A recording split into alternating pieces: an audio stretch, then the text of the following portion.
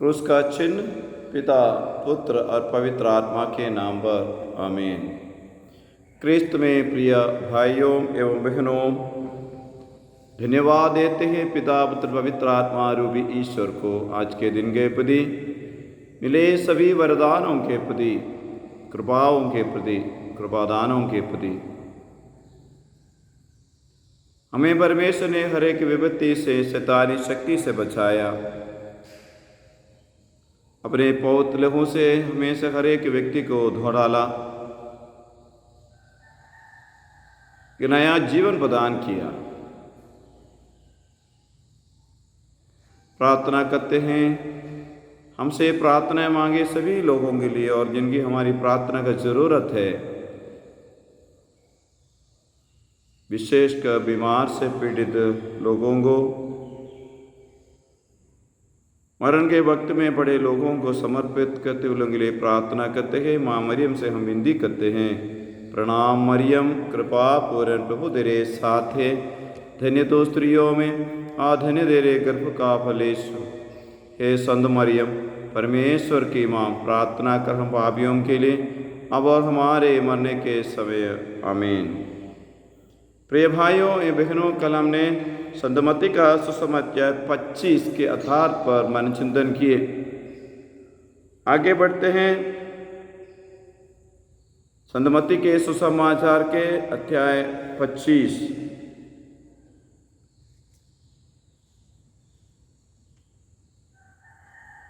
उसके 35वां वचन कल हमने सुना।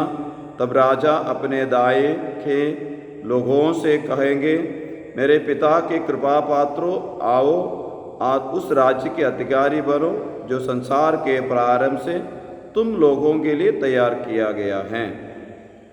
उसके आगे, क्योंकि मैं भूखा था आज तुमने मुझे खिलाया, मैं प्यासा था आज तुमने मुझे पिलाया। ये किसे कहते हैं? राजा ने अपने दाएं के लोगों से कहते हैं,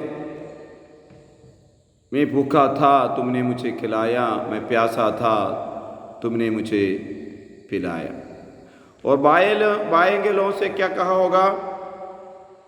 अपने बाएं के लोगों से कहेंगे, शपितो, मुझसे दूर हट जाओ, उस आनंद आग में जाओ जो शैतान और उसके दूतों के लिए तैयार की गई है। कारण, क्योंकि मैं भूखा था आज तुम लोगों ने मुझे नहीं खिलाया, मैं प्यासा था आज तुमने मुझे नहीं पिलाया। धाएंगे लोगों से कहते हैं, तुम मुझे खिलाया पिलाया। बाएंगे लोगों से कहते हैं, तुम नहीं खिलाया नहीं पिलाया। नहीं खिलाना नहीं पिलाने के कारण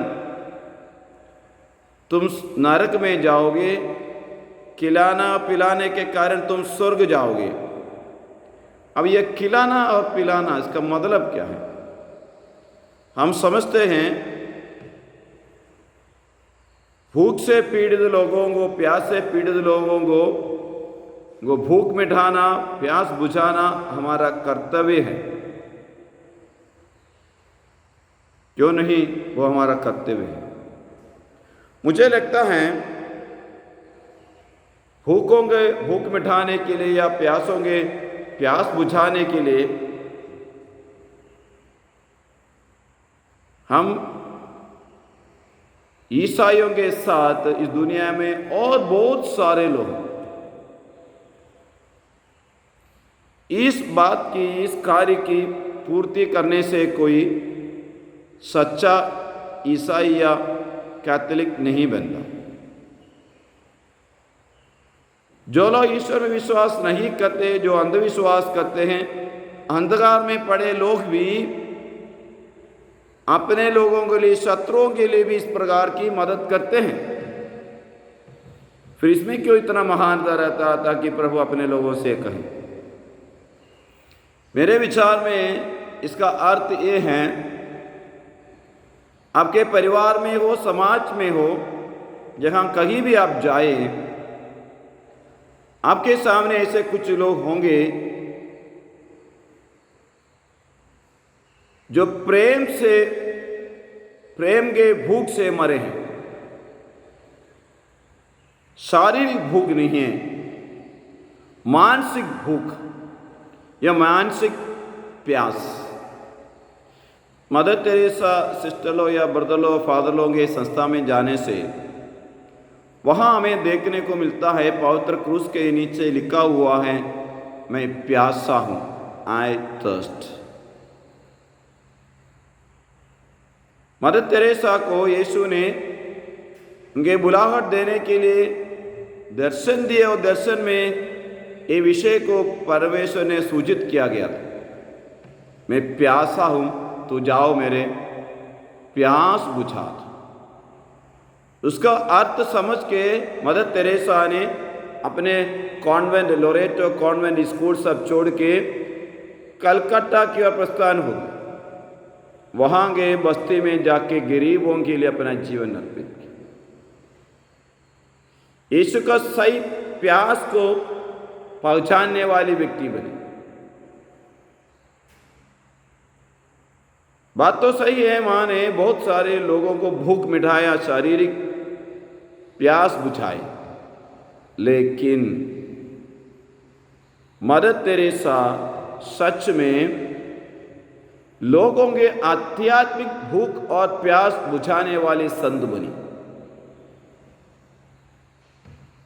दरिद्रता, शारीरिक दरिद्रता से बढ़कर मैं कहना चाहता हूं आध्यात्मिक और मानसिक दरिद्रता है।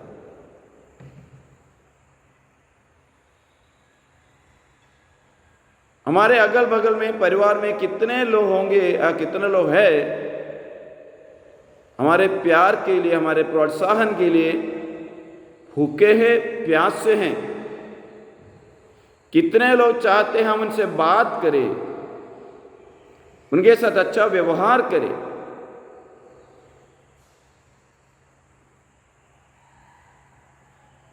हम अपने परिवार के लोगों से, माता पिताओं से या नाना नानी से, दादा दादी से, अपने भाई से, अपने बहन से, जीवन साथी से, बच्चों से नफरत रखते हैं, बैर की भावना रखते हैं, लेकिन हम बहुत बड़ा सोशल वर्क का काम करते हैं।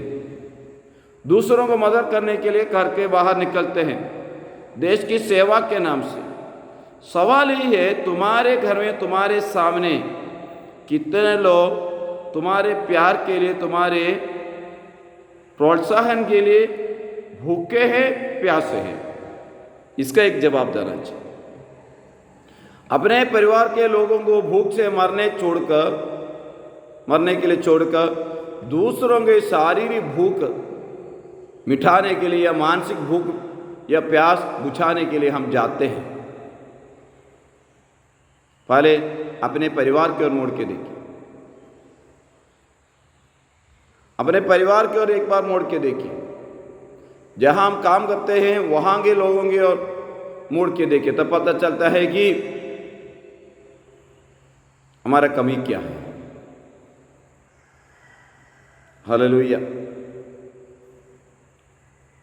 हमें यहां मन चिंतन करना है, यहां हमें साधना में बैठना है।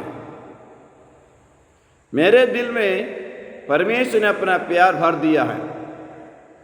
जब मैंने यीशु को स्वीकार किया, ईश्वरीय प्रेम के साथ यीशु को स्वीकार किया, वही प्रेम से मुझे दूसरे व्यक्ति को प्यार करना चाहिए। अगर नहीं होता है, चलिए हम लोग प्रार्थना करते हैं, अपने लिए प्रार्थना करते हैं। प्रभु जी, मेरे सामने मेरे भाई जो बहन हैं, उन्हें प्यार करने के लिए, उनकी ओर थोड़ा मोड़ने के लिए, उनको देखकर मुस्कुराने के लिए, उनका नाम लेने के लिए मुझे प्रेरणा दीजिए। आपके प्रेम से मुझे भर दीजिए।